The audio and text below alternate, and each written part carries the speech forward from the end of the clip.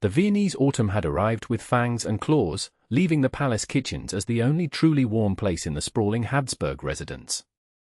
Heidi Lowry bent over a copper pot, her hands moving with practiced precision as she stirred the bechamel sauce. She had been in service to the imperial family for 3 years now, rising quickly through the kitchen ranks despite being English and, more damningly, a woman. Miss Lowry, called the head chef, Herr Bauer, from across the bustling kitchen, His Imperial Majesty's reception requires the Esterhazy taught to be perfect tonight. The Russian ambassador is attending. Yes, Herr Bauer, she replied, keeping her voice even and confident though her heart quickened at the mention of Russians. She transferred the bechamel to a waiting cook and moved to the pastry station, her domain within the vast imperial kitchens. Her fingers, marked with old burns and newer calluses, began the delicate work of preparing the hazelnut meringue layers. Behind her posture of calm competence lay a lifetime of secrets. 6 years ago, she had been Helene Lytton, daughter of a British diplomat in St. Petersburg. The revolution had taken everything, her family, her future, her name.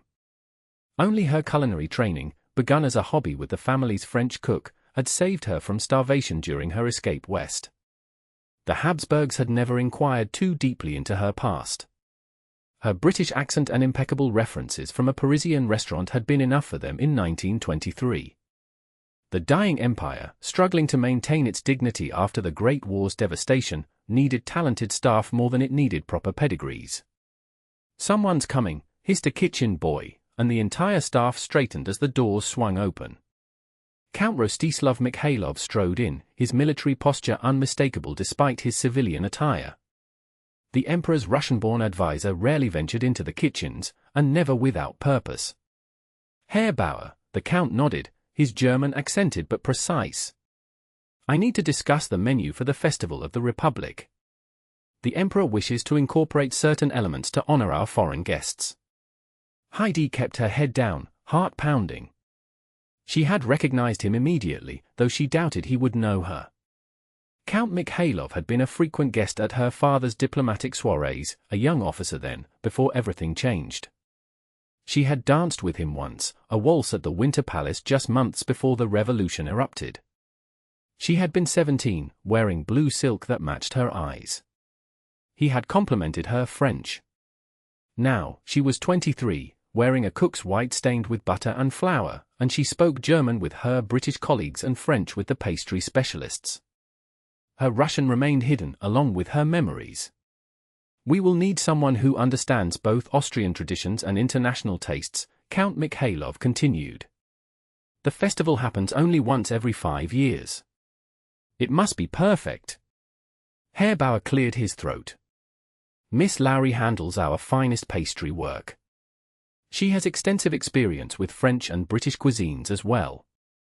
The count's eyes swept the kitchen, finally landing on Heidi.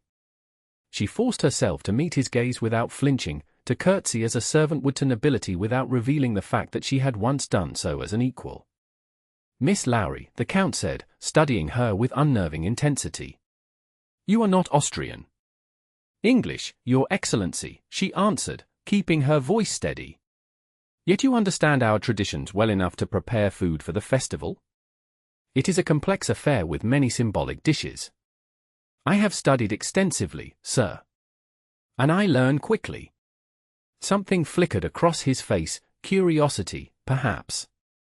"Very well. You will work directly with me on the festival menu. I shall return tomorrow morning to begin planning." After he left, the kitchen erupted in whispers. The Festival of the Republic was the most important culinary event of the decade, a celebration of Habsburg unity in increasingly fractious times. Being chosen to lead the preparations was both an honor and an immense responsibility. It was also dangerous. Proximity to the count meant risk of discovery. One slip in her knowledge of English customs versus Russian ones, one reflexive response in her native tongue, and her carefully constructed identity would crumble. That night, in her small room in the servants' quarters, Heidi removed the false bottom from her trunk and withdrew the only photograph she had salvaged, her family on the steps of their St. Petersburg residence, her father's hand on her shoulder, her mother's smile still intact before the consumption claimed her. Standing to the side, a young Lieutenant Mikhailov, newly appointed to the diplomatic guard, looking serious in his imperial uniform. She traced his face with her fingertip. He had been kind then, saving her from harassment during the early chaos of the revolution, securing her passage to Finland while he remained to face whatever fate awaited those loyal to the old regime. She had assumed he perished like so many others. Yet here he was, reinvented as she was, serving a different emperor in a different fading empire.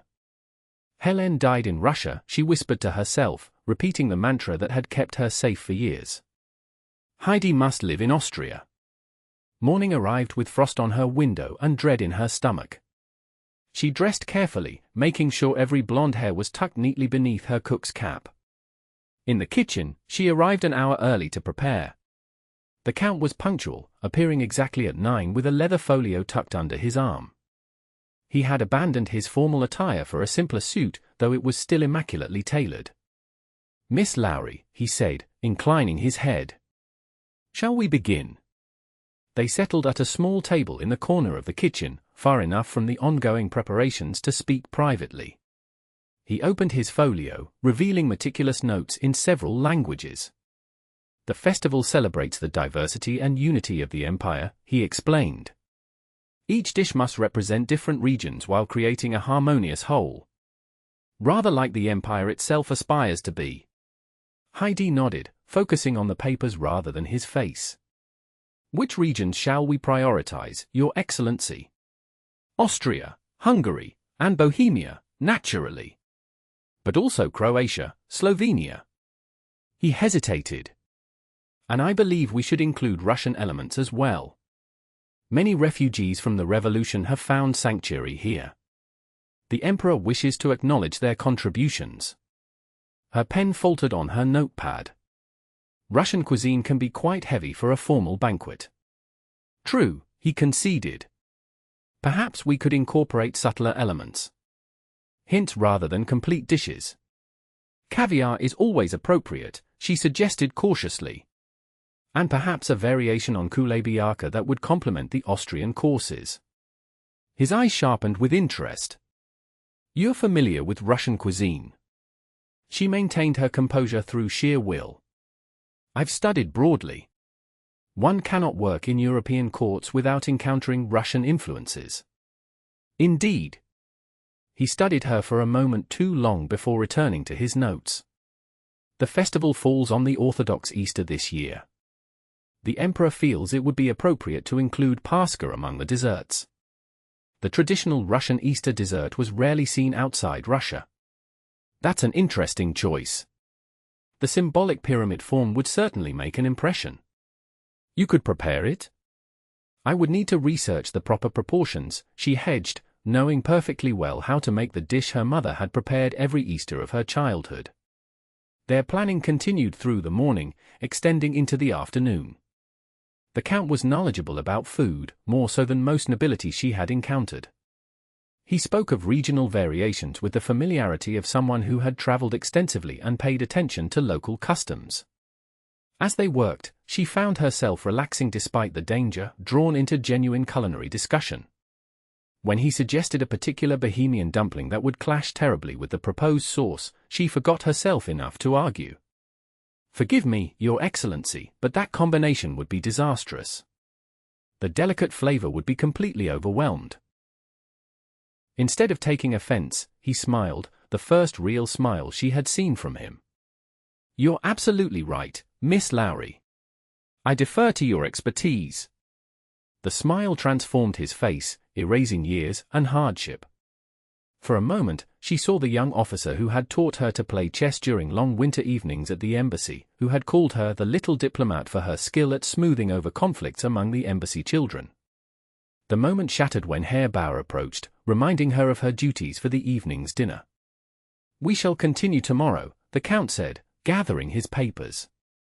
"You've been most helpful, Miss Lowry." That night, preparing for bed, Heidi found herself standing before her small mirror, studying her reflection. 6 years had changed her from a girl to a woman. The softness of her face had given way to more defined features. Her once pampered hands now bore the marks of real work. Only her eyes remained the same, blue as the Finnish lake she had crossed during her escape. Would he recognize her if he looked closely enough? Did she want him to? The thought startled her, and she turned away from the mirror. Sentimentality was dangerous. She had survived by being practical, by burying Helene and becoming Heidi so completely that sometimes even she forgot who she had been. The next weeks fell into a pattern. Each morning, she and the Count refined the festival menu, their collaboration growing more fluid as they established mutual respect. In the afternoons, she returned to her regular duties, often testing recipes they had discussed. One afternoon, as January snow fell beyond the kitchen windows, she presented him with a sample of her modified kulebiaka, a delicate pastry filled with salmon, mushrooms, and rice, but lightened for the Habsburg palate. He took a bite and closed his eyes, a look of startled pleasure crossing his face. When he opened them again, something had changed in his expression. "This tastes like home," he said quietly. "I hope that's a compliment," she replied, trying to keep her tone light. "It is." He set down his fork. "Miss Lowry, may I ask you a personal question?" Her heart stuttered.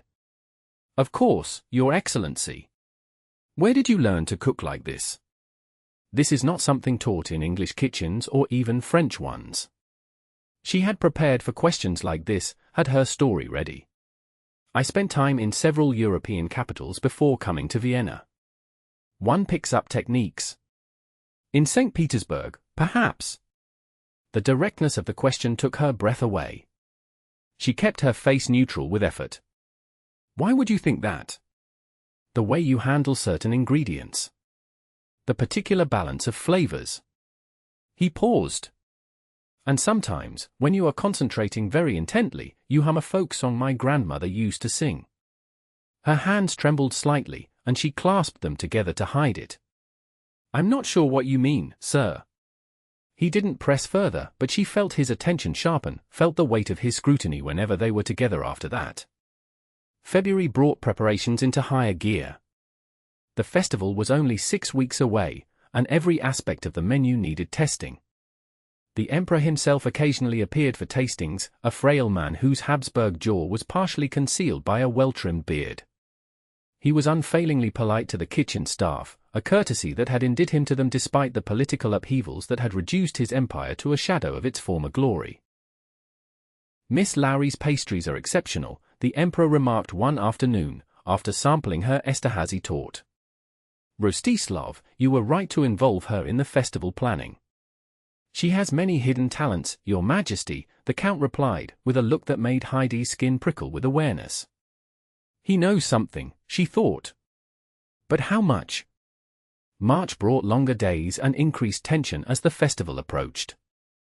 Heidi worked from dawn until well past midnight most days, perfecting recipes and training the junior staff who would assist during the event.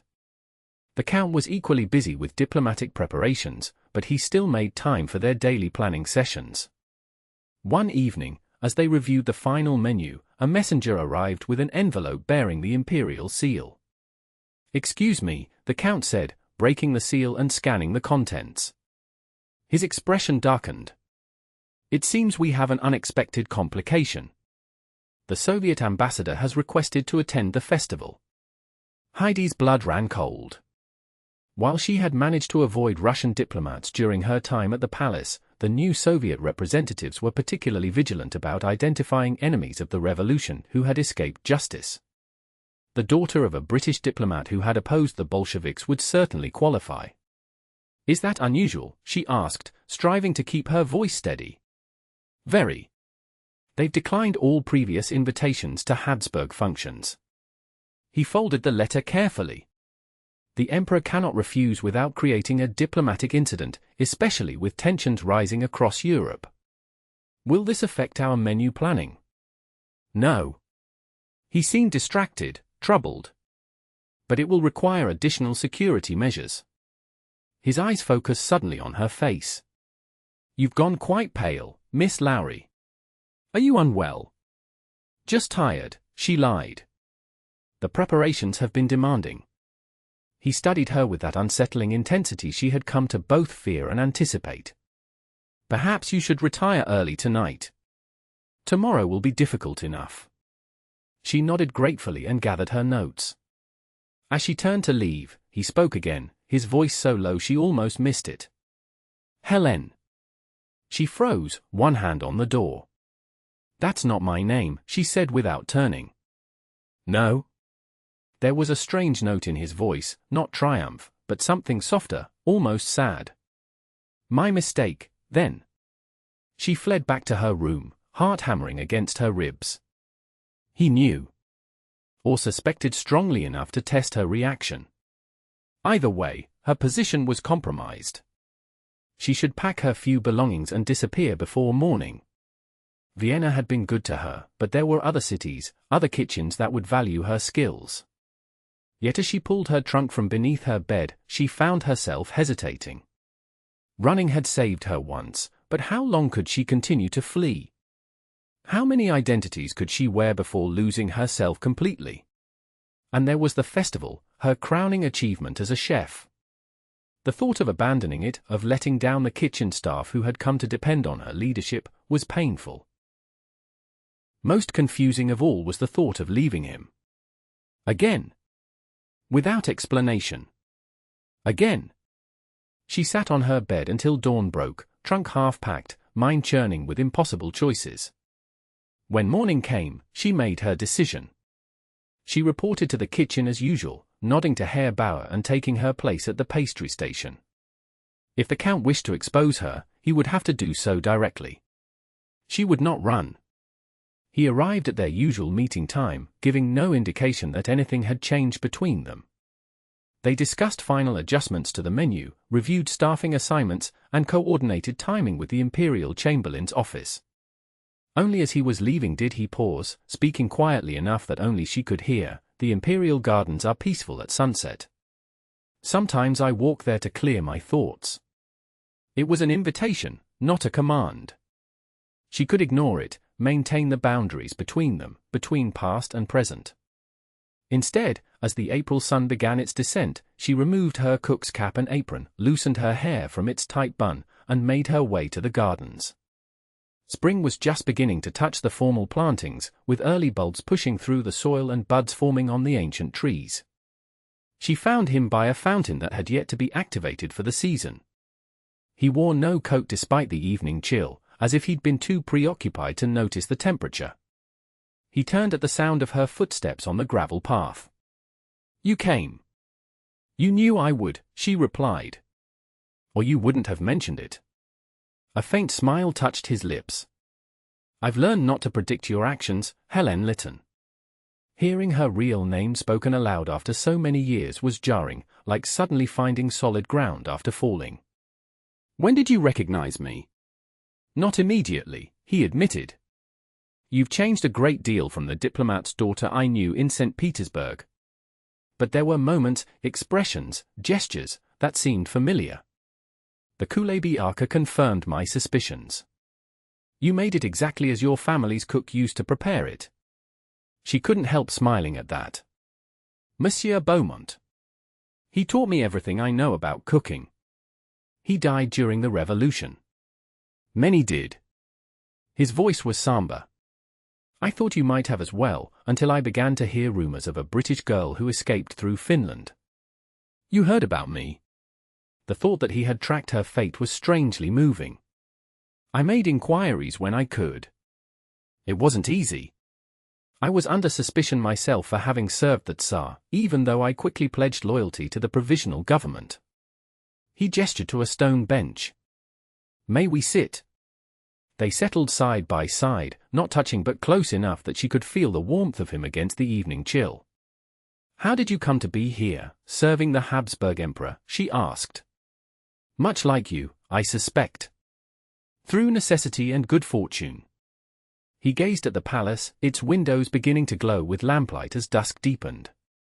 When it became clear that the Bolsheviks would prevail, I fled to Poland, then here. My military experience was valuable, and the Emperor needed advisors who understood the new Soviet threat. And now that threat is coming to the festival. He nodded grimly.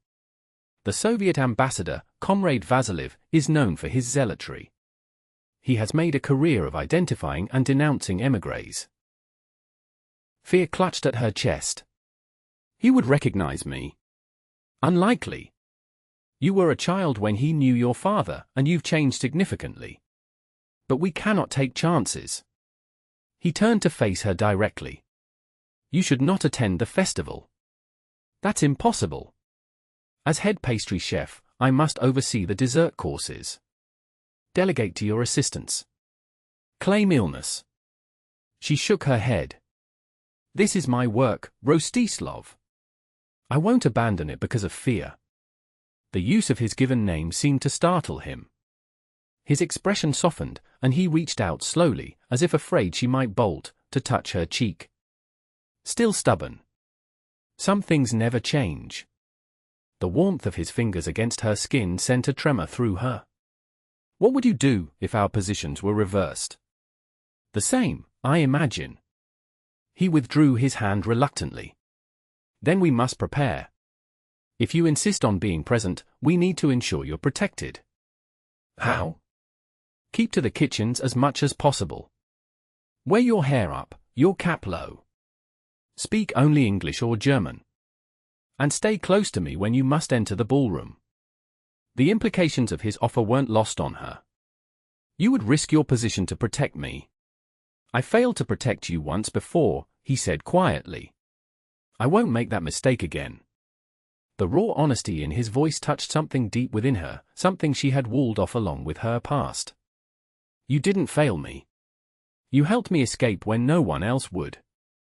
And then lost you for 6 years. The weight of those lost years hung between them, what might have been, what could still be. Before she could respond, a clock chimed from the palace, breaking the moment. It's getting late, she said, rising from the bench. I should return before I'm missed. He stood as well. We'll speak more tomorrow. There are arrangements to make. She nodded and turned to go, then paused. Thank you.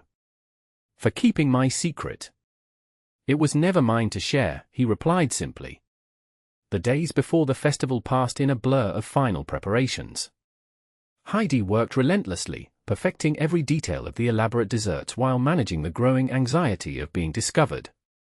The Count, Rostislav, as she now thought of him in private moments, made discreet arrangements to minimize her exposure during the event. The night before the festival, as the kitchen staff worked late into the evening preparing components that could be made in advance, Herr Bauer approached her workstation. Miss Lowry, a package arrived for you. He handed her a small box tied with string. From the Count's office. Curious eyes turned her way. The delivery of personal items during work hours was unusual, especially from such a high-ranking source. Thank you, she said, tucking the box into her apron pocket. I'll look at it later. Only when she returned to her room, exhausted but too tense to sleep, did she open the package. Inside lay a delicate silver hairpin topped with a small sapphire butterfly and a note in elegant Cyrillic script, full luck. The butterfly changes form but remains itself. As do you. She held the pin to the light, marveling at its craftsmanship. It was both a gift and a message. He saw her transformations not as deceptions but as necessary metamorphoses. The thought brought unexpected tears to her eyes. The Festival of the Republic dawned clear and mild, perfect weather for the thousands of Viennese citizens who would gather in the palace courtyards for public celebrations while nobility and diplomats attended the formal banquet inside. By mid-morning, the kitchens were in controlled chaos, with staff executing the carefully orchestrated plans developed over months of preparation. Heidi moved between stations, checking details, making adjustments, encouraging the younger cooks. She had pinned the butterfly securely beneath her cap, its weight a constant reminder of both danger and protection. At 4 o'clock, just as the first guests began to arrive, Rostislav appeared in the kitchen.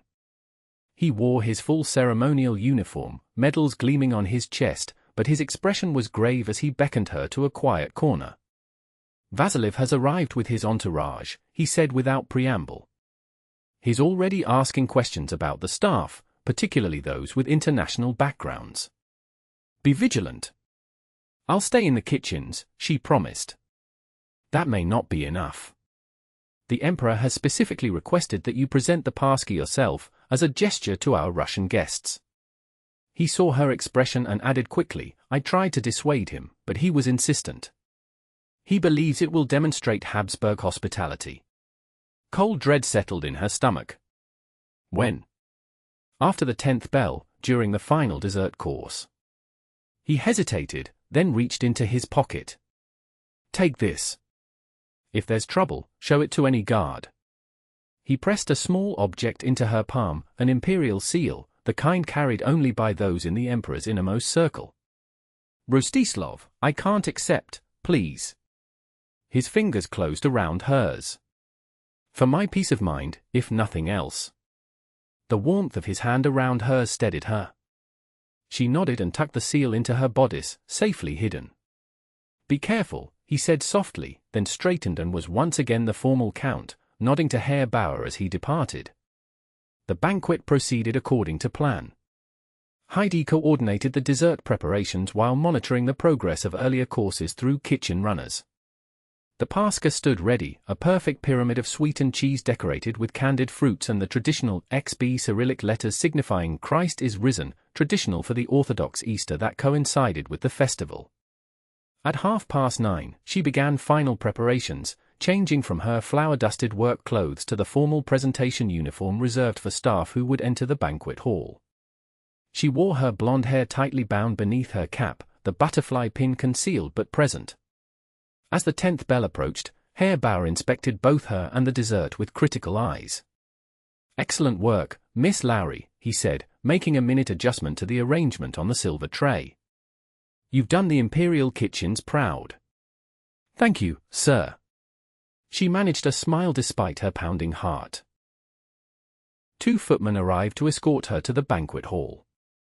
They would carry the heavy tray while she walked ahead to present and explain the dessert to the assembled dignitaries. The grand corridor leading to the hall seemed endless. Music and conversation flowed from the open doors ahead, growing louder with each step. She searched the crowd as she entered, immediately locating Rostislav at the emperor's right hand. His eyes found hers instantly, his expression revealing nothing to casual observers but communicating volumes to her. The footman placed the pascha on the presentation table at the center of the hall. Conversation quieted as the emperor rose to introduce the final dessert. In honor of our Russian friends, and acknowledging the sacred day in their calendar, we present a traditional Easter pascha, prepared by our talented Miss Lowry. All eyes turned to her. She cursed perfectly, keeping her gaze modestly lowered as protocol demanded. Your Majesty, distinguished guests, she began in clear German, the language of the court. This dessert symbolizes the pyramid of the tomb of Christ and is traditionally served on Easter morning to break the long fast. As she continued her brief explanation, she became aware of intense scrutiny from a heavy-set man in a severe black suit, Vasilev, the Soviet ambassador. Unlike the other guests who focused on the dessert, his gaze remained fixed on her face, his brow furrowed in concentration. She completed her presentation without faltering and stepped back to allow the footman to begin serving. Protocol dictated that she should remain present until the emperor had tasted the dessert and indicated his approval, after which she would be dismissed. The emperor took his portion, sampled it, and nodded with pleasure. Exquisite, Miss Lowry. A credit to your skills. She curtsied again. Thank you, Your Majesty. As she straightened, Ambassador Vasilev rose from his seat, pointing at her with undisguised agitation. I know this woman, he declared in heavily accented German. She is Helene Lytton, daughter of the British provocateur who worked against the revolution. A counter-revolutionary herself. The hall fell silent. Heidi stood frozen, every escape route mentally calculated and found wanting. Denial would only prolong the inevitable exposure. Before she could speak, Rostislav stepped forward, positioning himself subtly between her and Vasilev. Ambassador, you are mistaken, he said, his voice carrying the full authority of his position. This is Heidi Lowry, an English chef who has served the Habsburg court with distinction for 3 years. I am not mistaken, Vasilev insisted. I never forget the face of an enemy of the people. Her father spread vicious lies about our revolution. The emperor raised his hand for silence. Serious accusations, Ambassador. Do you have proof beyond your memory? Vasilev hesitated, clearly not having anticipated being challenged. My recognition is proof enough. Request her papers, examine her background. You will find I am correct. All eyes turned to Heidi, standing rigid beside the dessert she had created. In that moment, she made a decision that had been forming since her conversation with Rostislav in the garden. She would no longer run. Ambassador Vasilev is partially correct, Your Majesty, she said, her voice steady despite her racing heart. I was born Helene Lytton in London, raised in St. Petersburg until the revolution claimed my family home and my father's life. I escaped with nothing but the skills I had learned in our kitchen. Murmur spread through the hall. The Emperor studied her with newfound interest rather than anger. You concealed your identity to gain employment here. I concealed it to survive, Your Majesty. The new Soviet government has not been kind to those associated with the old regime, as I'm sure Ambassador Vasilev can confirm. The ambassador sputtered indignantly. She admits to deception. This woman should be returned to Russia to answer for her crimes. What crimes exactly? Rostislav interjected coolly. Being the daughter of a diplomat? Surviving when others did not? Creating the exceptional dessert you were enjoying before this outburst? A ripple of nervous laughter spread through the audience. The Emperor's lips twitched slightly before he composed his expression. Miss Lowry, or Miss Lytton, has committed no crime against the Habsburg Empire, he declared. Her skills have served us well, regardless of her name or origin. We do not surrender our staff to foreign powers without cause, Ambassador. Vasilev's face darkened with rage. This is an insult to the Soviet Union. We will not forget this affront. Nor will we forget your disruption of our festival celebration, the Emperor replied smoothly. Now, shall we return to enjoying the excellent Pascha before it melts? Miss Lytton, you are dismissed with our thanks. It was neither full absolution nor condemnation, merely a postponement of whatever consequences might follow. Heidi curtsied one final time and backed away from the table, heart thundering in her ears. As she reached the door, she caught Rostislav's gaze across the room. His slight nod told her everything she needed to know. This wasn't over, but she wasn't alone. In the corridor outside, she pressed a hand against the wall to steady herself. Voices rose and fell behind her as the banquet continued, her dramatic revelation already becoming part of the evening's entertainment for the gathered nobility. She had exposed herself. After years of careful anonymity, of rebuilding her life piece by piece, she had claimed her name and history before witnesses who could never unlearn it. The relief was as overwhelming as the fear. She returned to the kitchens to complete her duties, deflecting curious questions from the staff with practiced calm. Only Herr Bauer seemed to understand the magnitude of what had happened, placing a fatherly hand on her shoulder as she prepared to leave for the night. You did well, he said simply. Whatever comes next, remember that. In her room, she removed her uniform with trembling fingers. The butterfly pin caught the lamplight as she placed it on her small dressing table. She would need to pack again, to be ready for whatever dawn brought, dismissal at best, extradition at worst. A soft knock at her door startled her. Opening it cautiously, she found Rostislav, still in his formal uniform but with the collar loosened, his expression tense. May I come in? He asked quietly. She stepped aside to let him enter, acutely aware of the impropriety of having him in her private quarters. Such concern seemed trivial after the evening's events. What happened after I left? She asked, closing the door. The Emperor smoothed things over as best he could. Vasilev continues to demand your surrender, but His Majesty remains firm. He paced the small room, agitation evident in every movement. You should not have revealed yourself. It was time, she said simply. I'm tired of running, of pretending to be less than I am. He stopped pacing to look at her, really look at her, as if seeing past the cook to the woman she had become. And who are you now, Helene? Not the girl I knew in St. Petersburg, not entirely the chef who has worked in these kitchens. I'm both. And more. She met his gaze steadily. As are you, Rostislav. We've both been shaped by what we've survived. Something shifted in his expression, softening the tension that had marked his features since entering her room. The Emperor has asked me to escort you to Switzerland tomorrow. He feels it would be safer for you to be outside Habsburg territory until this diplomatic incident cools. He's dismissing me. No. He's protecting you. With full salary and the expectation that you will return once Vasiliv has been recalled to Moscow, which our intelligence suggests will happen within months. The man has made enemies even within the Soviet hierarchy. Relief flooded through her. And you? Will you return as well? He took a step closer, close enough that she could see the flecks of gold in his brown eyes. My duty is to the Emperor. But my heart. He hesitated, then reached for her hand, holding it between both of his. My heart has been elsewhere for longer than I care to admit. The confession hung in the air between them, fragile and powerful. She turned her hand in his grasp until their palms met, fingers intertwining. I still have the chess set you gave me for my 16th birthday, she said softly. It's the only thing I saved besides the photograph. His smile transformed his face, erasing years of caution and reserve. You were already a formidable opponent then. I imagine you've only improved. We should find out. She returned his smile, feeling something long dormant awakening within her. Switzerland has many quiet inns where one might play chess undisturbed. Is that what we'll do in Switzerland? Play chess?